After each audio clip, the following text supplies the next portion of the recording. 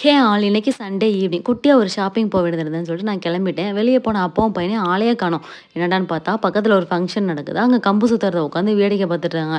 அப்புறம் ஒழுங்கா வாங்கடான்னு சொல்லிட்டு அடிச்சு பிடிச்சி அவங்க இழுத்துட்டு வந்துட்டு கிளம்பியாச்சு.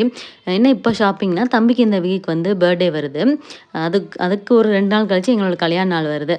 அதனால் எல்லாத்துக்குமே ட்ரெஸ் எடுத்துக்கோங்கன்னு சொல்லிட்டு அத்தை மாமா வந்து காசு அனுப்பியிருந்தாங்களா, ஓகேன்னு சொல்லிட்டு நாங்கள் ட்ரெஸ் எடுக்க கிளம்பிட்டோம். இது இப்படி மொத்தமாக போய் ஒரு கடையில் நாங்கள் எல்லாருக்குமே ட்ரெஸ் எடுத்ததே கிடையாது. எப்பயாவது தேவை அப்படின்னா ஆன்லைனில் தான் மேக்ஸிமம் ஆன்லைனில் தான் பண்ணியிருப்போம். இப்போ தான் ஃபஸ்ட் டைம் வந்து போயிருக்கோம். ட்ரெண்ட்ஸ் போகலாமே அப்படின்னு சொல்லிட்டு தான் கிளம்பியிருந்தோம். போகிற வழியில பார்த்தீங்கன்னா ஒரே முள்ளுக்காடு தான். நம்ம ஊர் சைடு இருக்க மாதிரி தான் இருக்கும்.